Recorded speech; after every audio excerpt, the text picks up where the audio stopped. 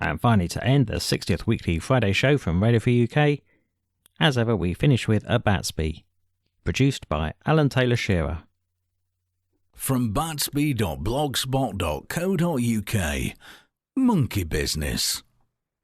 During the build-up to the referendum, Michael Gove warned of the prognostications of experts.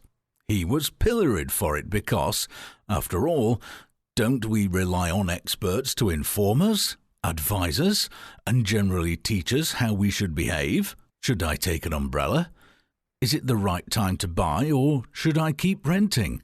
Should I invest in solar panels or electric cars or nuclear power? Is the planet warming or cooling, or both at the same time?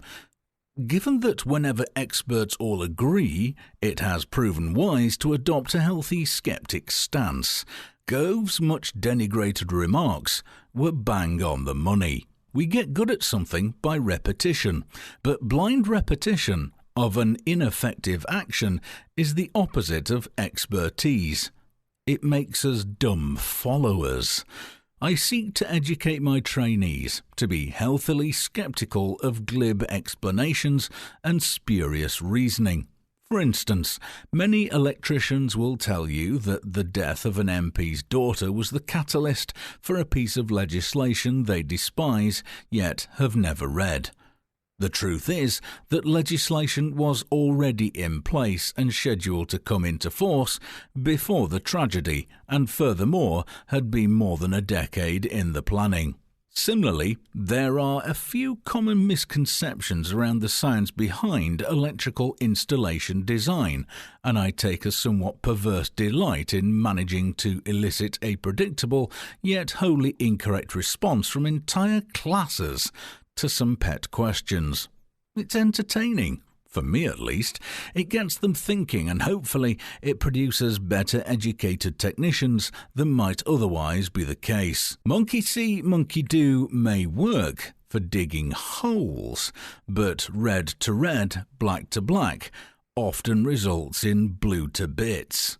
To drive the message home, I tell them about the devout monk in a monastic order which takes vows of silence and celibacy so they can dedicate their lives to a pursuit of the holy truths.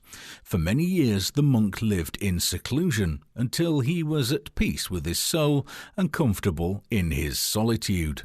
Later, he worked in the monastery garden, silently tending the rows of carefully nurtured vegetables, mouthing psalms as he hoed and occasionally kissing the earth in tribute. As he aged and his back grew bent, he joined the rows of elders, faithfully copying out ancient texts to the accompaniment of distant birdsong and the scratching of goose quill on vellum. For many years he toiled diligently, assuming that, like his predecessors, he trod in the Lord's footsteps. But one day he realized that he was not finding enlightenment by merely copying the last copy he had made.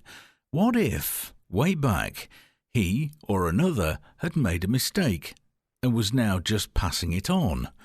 Familiar with the concept of Chinese whispers, he decided to go to the cool, dry basement where the original manuscripts were kept and begin a new, pristine copy. Some hours later, having been missed at evensong and at supper, his absence became cause for concern, and his fellow supplicants set out to search for him. After a while, they find him in the basement, weeping. He turns to them, tears streaking his cheeks, and holds aloft an ancient, faded but beautifully decorated piece of parchment. The abbot breaks the vow of silence to ask him what is wrong, and the monk says, "The word is celebrate, not celibate."